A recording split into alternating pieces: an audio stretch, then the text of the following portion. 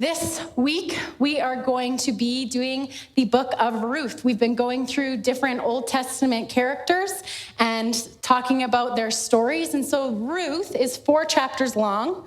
And in order to capture Ruth, we kind of have to cover all 4 chapters. It's kind of hard to skim through. So what we're going to do is we're going to go chapter by chapter. I'll tell you some things that are happening, and we'll pause and we'll go through some of the verses to pick out kind of as they come for things that are important for the story or have cultural significance. And by the end of this time, we'll see why Ruth has her own book in the Bible to be a part of the Israelite story and a part of God's bigger story. So if you have your Bibles, you can turn and kind of follow along as we talk through the story and have verses throughout. We'll be in Ruth chapter 1. This is the 8th book of the Bible, so it's pretty near the beginning, and we will dive in here. So at the start of Ruth chapter 1, there's a family of 4. This family has Elimelech. I don't know if I'm going to say these names right. We're just going to go for it. Elimelech and Naomi, they're married. They have 2 sons, Mahalan and Kilian. So it's these four people, their family. They're living in Bethlehem in Judea. This is during the time of Judges, and the time of Judges is known to be a time that was especially hard for the Israelites. As well, this was a time where there was a famine, and it was a very serious famine, and so the family had to leave their home and find somewhere else to go. And so they left their homeland, and they went to a place called Moab. So looking in the map, you can see this isn't a quick journey. They had to go up around the Dead Sea, crossing the Jordan River, and back down to the region of Moab. So not only was it far from home that they had to travel to escape the famine, but this shows how desperate they would have been of the fact that this is where they went. Why? Moab was a region of people that emerged as a distant relative of the Israelites because Lot, his daughter, seduced him in his sleep to impregnate herself to continue their family line. And so this family was not allowed to be a part of Israel. They're not allowed to be a part of the temple. And so there's this whole region of people from that family line, from this incestuous union of Lot and his daughter, that are separate from God's people. And so they're in Moab. So they're not allowed to be a part of the temple. And God's people were forbidden to seek Moab's peace or prosperity. So in Israel's earliest encounters with this neighboring kingdom, there's lots of hostility. It's very contentious in their relationship between these 2 people groups. A few notable things in the history. There's a lot of reputations of Moabite women who would go into Israelite camps and seduce the men sexually and with idolatry and all sorts of things. And so they really, really hated the Moabites. There was a lot of tension. And especially during the time of Judges, tension was very high between Israel and Moab. And so that is the time of Ruth, and that is where they go. During this time of famine and struggle, they move to this foreign land. Now, while they are there, there's no details of what happens, but Elimelech dies. So it's Naomi and her 2 sons. This is what she has left in this foreign land. So they're there, the father dies, the 2 sons get married to 2 Moabite women named Orpah and Ruth. So they have she has these 2 sons. They're married to these 2 Moabite women. They're for about 10 years living as that in Moab. And then tragically, again, we don't really know what happens, but we know that the 2 sons die. So at this point, we have Naomi, we have Orpah, and we have Ruth. During this time, Naomi hears that the famine in Judah has ended, that things are going well again in Judah, and she decides, I have nothing left in this foreign land. Why would I stay here? So she decides that they should go home, back to Judah. So as they start to go on their trek back to Judah, she tells her daughter-in-laws, actually, I don't think you should come with me. I have nothing to offer you. I'm an old woman. What are you going to do? Like, wait for me to get pregnant again and then wait for that son to grow up and then marry that son? Like, there's no scenario here that I can help you. I have nothing to offer you. You have no hope if you stay with me. You should go return to your family, stay in your homeland, get remarried. This is your only hope for a future. It makes the most logical sense that that's what they would do. They fight it. They want to stay. They're urging Naomi, please, please, please, we want to stay with you. But she keeps emphasizing them. What are 3 widows going to do? We have no hope. So eventually she manages to convince Orpah. And we're going to pick up now in verse 14. Again, they wept together. And Orpah kissed her mother-in-law goodbye. But Ruth clung tightly to Naomi. Look, Naomi said to her, your sister-in-law has gone home, back to her people and to her gods. You should do the same. But Ruth replied, don't ask me to leave you and turn back. Wherever you go, I will go. Wherever you live, I will live. Your people will be my people. Your God will be my God. Wherever you die, I will die, and there I will be buried. May the Lord punish me severely if I allow anything but death separate us. When Naomi saw that Ruth was determined to go with her, she said nothing more. So now all we have left is Naomi and Ruth. It's just down to the two of them, and they make the trek back to Judah.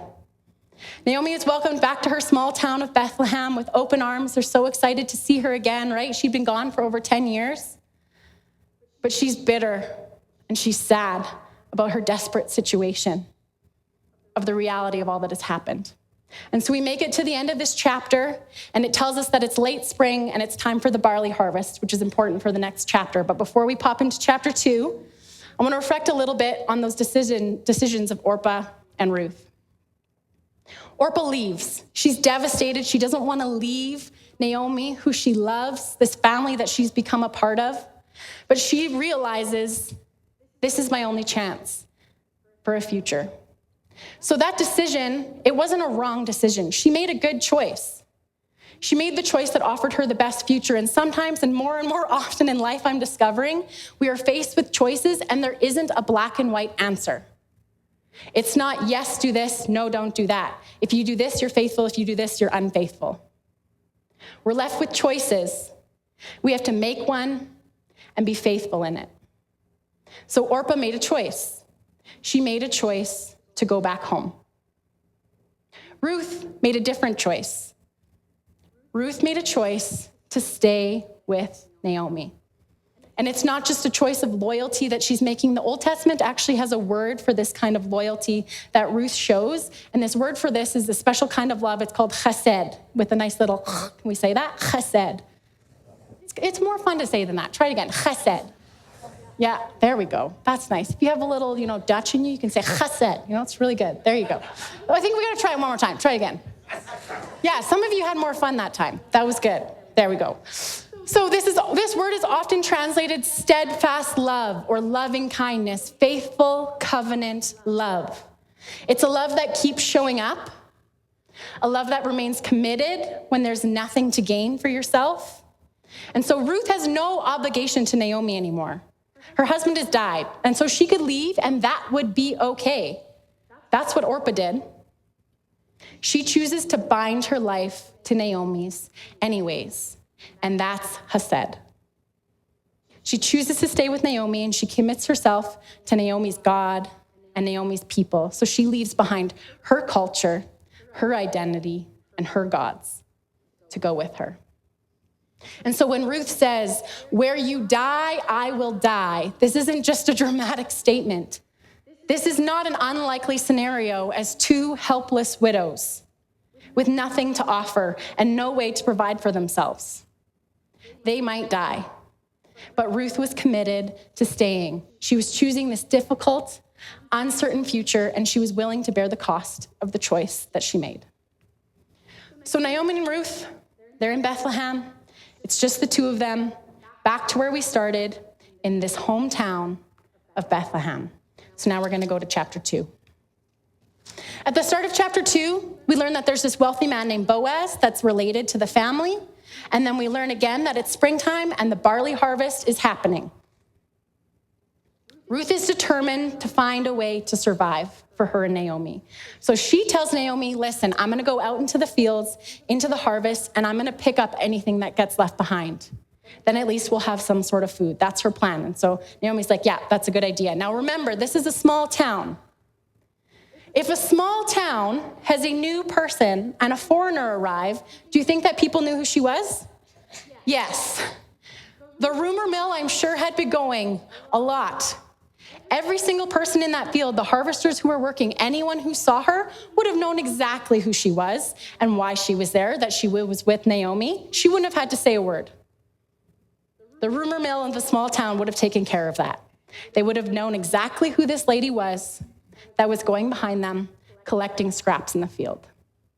And so they're in this small town. She's going in the fields, and the owner of the land, Boaz, sees her. And again, he already knows who she is because it's a small town. And he knows that she's a foreigner, but also knows that she is here with Naomi, who is a part of his family. And so he goes to her and he tells her, you can collect food in my land. In fact, you can work with the women in the fields, and I'll make sure that my men leave you alone, that you'll stay safe. And if you get thirsty, you can drink from our water. He offers this to her. He gives her access to all these things and then invites her even to stop and take a break and eat with his workers. And so now we're going to dip into verse 10. Ruth is, of course, extremely grateful that he would do this, that he would offer us. So she falls at his feet and thanked him warmly. What have I done to deserve such kindness, she asked. I'm only a foreigner. Yes, I know, Boaz replied, but I also know about everything you have done for your mother-in-law since the death of your husband. I have heard how you left your father and mother in your own land to live here among complete strangers. May the Lord, the God of Israel, under whose wings you have come to take refuge, reward you fully for what you have done. So Boaz doesn't just see Ruth as a foreigner. He sees what she has done. He sees the faithfulness that she has shown to Naomi. He's heard about it from the small town gossip mill. He already knows all about it. She didn't need to explain anything. And it's obvious that she has given up a lot to stay on Naomi's side. It's not something she had to do. And so Boaz is telling her, I've seen that you have acted with chesed, this unwavering kindness, despite the fact that you have nothing to gain from it. I see that, and I want to give that back to you. He goes beyond what is expected, not because he has to, and at his own personal expense. So we're going to see this beautiful theme throughout the book of Ruth of chesed. God's chesed, this steadfast love and kindness that we see throughout the story of his people, that he's working through these ordinary acts of faithfulness to bring about his redemption.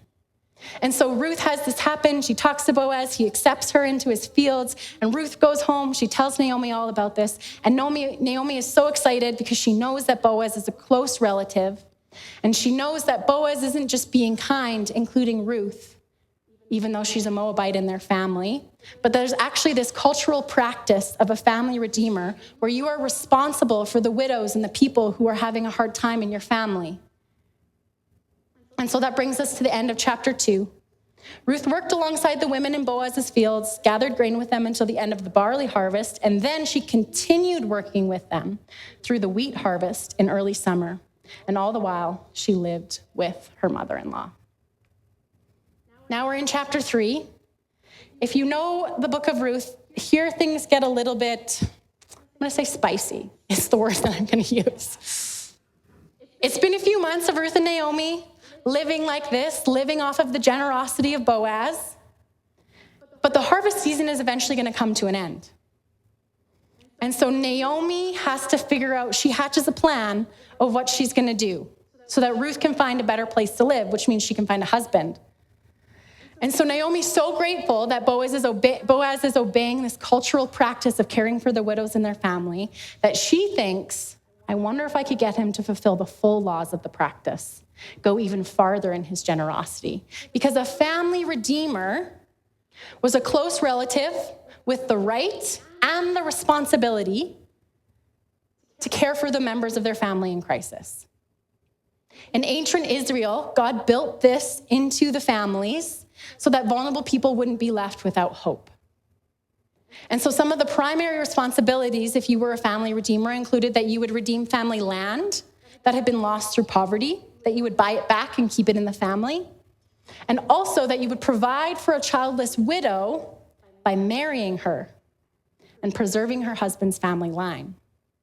And so this person responsible was the closest eligible relative, giving those nearest to the family the first opportunity to act for someone in their family that's in need. It's not just about property or inheritance. It's about preserving a family's future. In Israel, your family name and your land and your place amongst God's people was all very deeply connected. So the role of the family redeemer existed to ensure that you were not erased from the family legacy and God's family. So Boaz has already shown extraordinary kindness, but Naomi realizes he may also be able to fill this greater role as a family redeemer. So we've got Naomi, and then maybe Ruth and Boaz. Let's see. Naomi sets her up. She gets her to wash up, to put on a nice dress, to put on perfume, and she tells her to wait till the evening. Because it's near the end of the harvest, Boaz will have been celebrating. He would have been eating and drinking with his workers. And then at the end of the night, he would sleep with his harvest to make sure that it stayed safe. And so Naomi knew this was happening. She gets Ruth all dressed up, and she sends her to go see Boaz. And this is where things get a little different. Now, reading this in English, it's obvious there's like something kind of weird going on. There's clearly some cultural things happening that we might not be able to fully understand at first read. We're going to read it together, starting in verse 7, and then we'll talk a little bit more about it. So we're in Ruth 3, verse 7. After Boaz had finished eating and drinking and was in good spirits, he lay down at the far end of a pile of grain and went to sleep. Then Ruth came quietly, uncovered his feet, and lay down. Around midnight, Boaz suddenly woke up and turned over. He was surprised to find a woman laying at his feet. "Who are you?" he asked. "I am your servant Ruth," she replied. "Spread the corner of your covering over me, for you are my family redeemer." Now, what's going on here? In the Hebrew language, a lot of this stuff going on is very suggestive. There's a lot of things about a woman going to the threshing floor at night that has connotations. About uncovering his feet, there's some question marks of what exactly that all meant. All of these things, asking him to spread the corner of his garment. In the Hebrew language, it's very clear there's a lot of sexual undertones in this. In the English, we don't see it so much. But here, Ruth is very clearly proposing marriage. And she's asking Boaz, "Will you act as my family redeemer?" There's also a really beautiful detail hidden in the language, because back in chapter 2, verse 12, Boaz had blessed Ruth. Remember, he said, "May the Lord reward you under whose wings you have come to take refuge." And now in chapter 3, Ruth asked Boaz to spread the corner of his covering. In Hebrew, corner is the same word as wings. So Ruth is saying, "Boaz, you prayed this prayer that I would find refuge. Would you be the answer to that prayer?" And so God answers Boaz's prayer by inviting him to become a part of how he was going to redeem Ruth and Naomi. Now, as far as the suggestive nature of this encounter, commentators are super back and forth. Some people think some stuff happened. Some people don't think some stuff happened. It's super back and forth. The language has really strong sexual overtones, but the text never explicitly says one way or another whether something actually happened. People kind of disagree on the details. But there's a question that I think is intentionally left open. And the reason that this is there. The first thing is to remind us, Ruth is a Moabite. Yes, she has left her home and her gods, but that's exactly who people would have expected her to be. That was the reputation of a Moabite. So don't forget. Yeah, Ruth is really great. She's done some great things, but Ruth is an outsider. Don't forget that. And sometimes, and often, I actually think that the part that makes us really uncomfortable with this is that we assume that if God blesses someone, that means that they didn't make a single mistake. And so the most compelling discussion that I've read on these different things of what could have happened or didn't happen is that Ruth reminds us that God works through ordinary, imperfect people in messy situations. And sometimes that makes us really uncomfortable, because if we believe that blessing only comes from flawless obedience, then that also leads us to believe that Naomi deserved her suffering. But that's not the story that Ruth tells. So can we trust that God works through imperfect people? Because if God's blessings depended on moral perfection, not any of us would have any hope. This goes back to the theme of chesed. including this strange encounter. Including these suggestive undertones of Ruth's behavior shows that there was no limit to her chesed love for Naomi. She was willing to do anything for Naomi. And God's love isn't just for those who we expect it to be for. It's for all people, those who know and follow the call of God, and those who maybe know it but don't do it perfectly, which in reality is all of us who might try to follow God. Remember, this plan was Naomi's plan. Ruth is acting out of faithfulness to Naomi, out of a love and commitment to her, no matter what it cost her, even offering herself to Boaz in every way, if that's what it took. That's her, in the way that she knows, acting in chesed. And so in verse 10, Boaz responds, "The Lord bless you, my daughter," Boaz explains. "You are showing even more family loyalty now than you did before, for you have not gone after a younger man, whether rich or poor." This word loyalty can also be translated kindness. And that word kindness, any guess what word it would be? Chesed. She could have chosen someone more to her liking, someone younger. Instead, she chose who was going to be best for the family. And so Boaz then continues in verse 11. "Now don't worry about a thing, my daughter. I will do what is necessary, for everyone in town knows you are a virtuous woman. But while it's true that I am one of your family redeemers, there is another man who is more closely related to you than I am. Stay here tonight, and in the morning I'll talk to him. If he's willing to redeem you, very well. Let him marry you. But if he is not willing, then as surely as the Lord lives, I will redeem you myself. Now lie down here until morning." So Ruth does as Boaz tells her, and then she sneaks away before it's too light out and anyone sees and can jump to conclusions about her.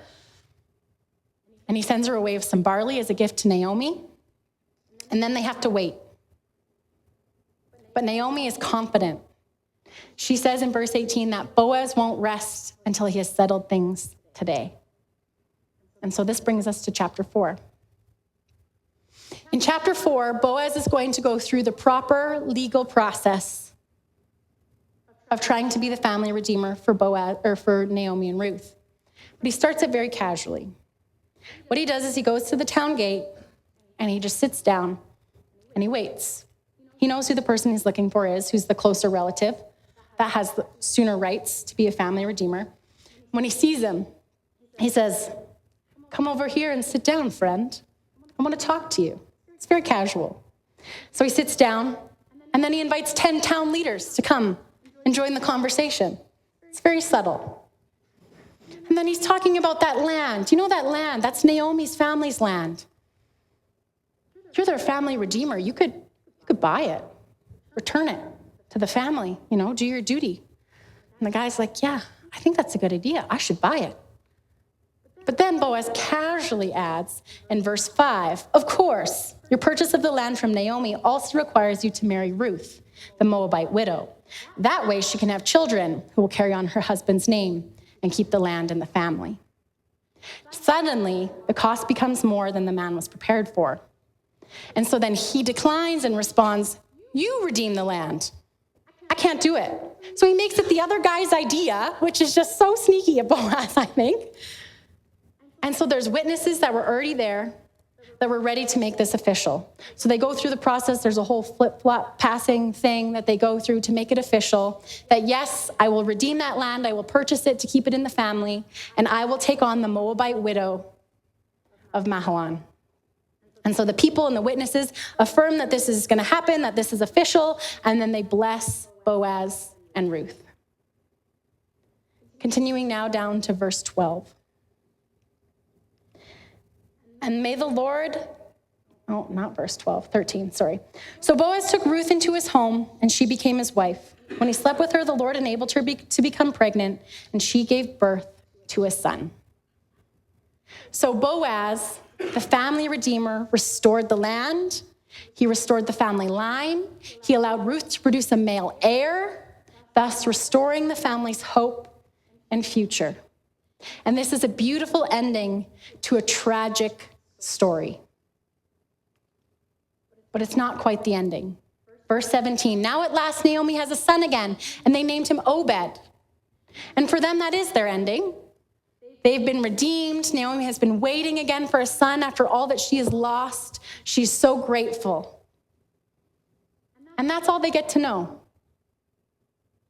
in their lifetime. But this is only the first half of verse 17. The second half goes on. They named him Obed. He became a father of Jesse and the grandfather of David. And David, from him, the Savior, the Messiah, would one day come to a tiny town called Bethlehem. Do you see the full circle there? A true family redeemer for all people would come. So in case we miss just how significant Ruth's place in this story is, when Matthew starts his genealogy at the beginning of the New Testament, this is what he says hundreds of years later, verse 5-6. Salmon was the father of Boaz, whose mother was Rahab. Boaz was the father of Obed, whose mother was Ruth. Obed was the father of Jesse. Jesse was the father of King David, and he continues all the way to Jesus. In this genealogy that is overwhelmingly a list of men, Matthew intentionally includes not just any women, but some women that most people wouldn't include.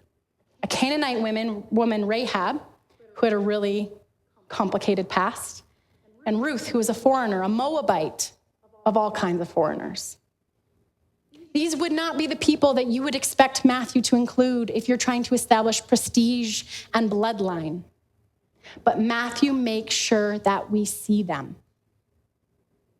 Because God works through the people that we tend to leave out. People that we don't think are significant, or people who don't think that they are significant. People whose past or nationality or circumstances or mistakes make us wonder whether they have a place in God's story. Ruth thought that she was simply trying to find food and care for her and Naomi. She was just trying to survive. Ruth didn't see David coming, that her grandson would be the king. Ruth certainly didn't see Jesus coming, that Jesus would be a part of her story and she would be named in it. Ruth had no idea. She couldn't see the generations of redemption that would come through her ordinary acts of faithfulness. But God could. And so this is an invitation of Ruth to trust that God is at work even when we can't see the whole story and even when things feel far from miraculous. Because when you take a step back and you look at the whole book of Ruth, there are no miracles in this story. There are no burning bushes, no prophets, no angels. Angels would come to Bethlehem, but not during this story. God never visibly steps in. And so sometimes when we're praying for God to act, often like Boaz, God actually invites us to become the answer to that prayer, to be a shalom maker, to be a part of how God is bringing redemption into the world. And so here we see ordinary people making ordinary decisions for their life, and that's all they see. But in it, they're choosing chesed. They're choosing steadfast love and faithfulness, even in incredibly difficult circumstances. We may not be able to see the bigger story. Everything that we have seen in Ruth has been a glimpse of God's chesed. Ruth showed chesed to Naomi. Boaz showed chesed to Ruth. But beneath it all is God's chesed, faithfully keeping his promise until one day Jesus was born in that tiny town. Ruth was willing to risk everything in hope for redemption. Jesus didn't merely risk everything, he gave everything in an act of chesed love to accomplish redemption once and for all. And so this story right through to the genealogy that we usually skip is an invitation to see our everyday lives, our hardships, our faithfulness, our triumphs, when we do get to see the kingdom come and when we struggle in the bigger picture, until all of a sudden, these seemingly mundane, ordinary events of this story are woven into God's grand story of redemption for the whole world. And so the book of Ruth invites us to consider how God might be at work in the very ordinary, mundane details of our lives as well. Ruth allows us to see God working through ordinary acts of chesed to bring redemption, and I believe he is still doing this today. Ruth didn't know that her yes to Naomi would eventually mean Jesus would come through her line. She had no idea. Neither do we know what God in his loving kindness to us might do through our ordinary acts of chesed. Maybe you don't see yourself as someone who belongs in the hall of faith. Maybe you've written yourself off because of your family background or your past choices or things that you have endured in this life.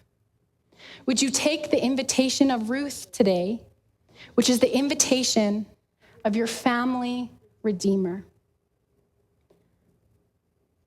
Our family redeemer has invited you. He has stood at the cross. He died. He made the payment for your life, the redemption payment to bring you back into his family. Not one of us has our greatest need unmet. Our need for a savior and our need for redemption. Whether or not you would call yourself a Christian, most of us can agree that things are broken and we need help.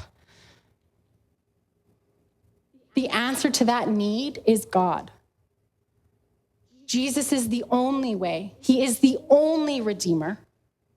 He is the only one that can offer us any sort of hope that lasts. Whatever we have endured in this life, we have hope because of Jesus, and we know that will not win. Hope that whatever pain we are carrying does not get the final say. Hope that whatever we have lost through Jesus, there is possibility that it can be found. No one is excluded, not even me and not even you. And I can say that without knowing who you are, because this story shows us and Jesus shows us that yes, you, every single person, all people, Jesus is the Redeemer for all people. Would you stand with me as we close for a final invitation? I think the first invitation is, if you've never received God's chesed, his loving, faithful kindness, you are welcome to be a part of his family, and you can make that choice today. To say, I don't want to be stuck in this anymore, and I don't have hope, and turn to him. And if you make that choice, I would invite you to come and talk to the prayer team after, to not make that choice alone, to tell somebody, to think about signing up for Alpha in the fall. You are welcome in this family. Jesus paid the price to make sure that you could come in. Once you've received God's loving kindness, or if you have already received that, don't stay in your old ways. Tell God, wherever you go, I go. Wherever you live, I will live. Do you live into that? Don't live in your old life. Live in God's chesed.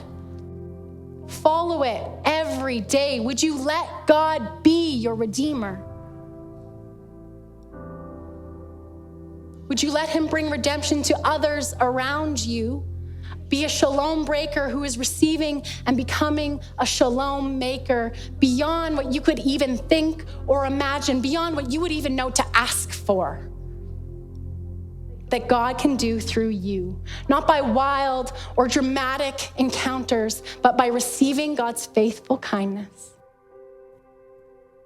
that he has offered to you, he has already paid for, and then living that out imperfectly as best as you know how. Let's pray. God, we thank you so much that it's not on our own strength or our own merit that we find hope or redemption, that you were willing to pay the greatest price of your own life. You came to earth, you were a human. You wanted to be near to us, and you died for us to say, this is how much I want you to be a part of my family. So God, if there's someone in this room, anyone in this room that hasn't said yes to your family, would you give them boldness and courage to say yes to you today, to experience your kindness, your gentleness beyond what we could ask or imagine. And God, if we've already received it, would you help us to just receive that fresh today, to receive your kindness and your love fresh today, and help us to live into that. Help us to be the answers to our prayers, to bring redemption into this world, that we can be that for each other, that we can be that for this world, that is what you call us to do through faithful, everyday acts of love and kindness. We're so grateful that you paid the cost, Jesus. We love you. In Jesus' name, amen.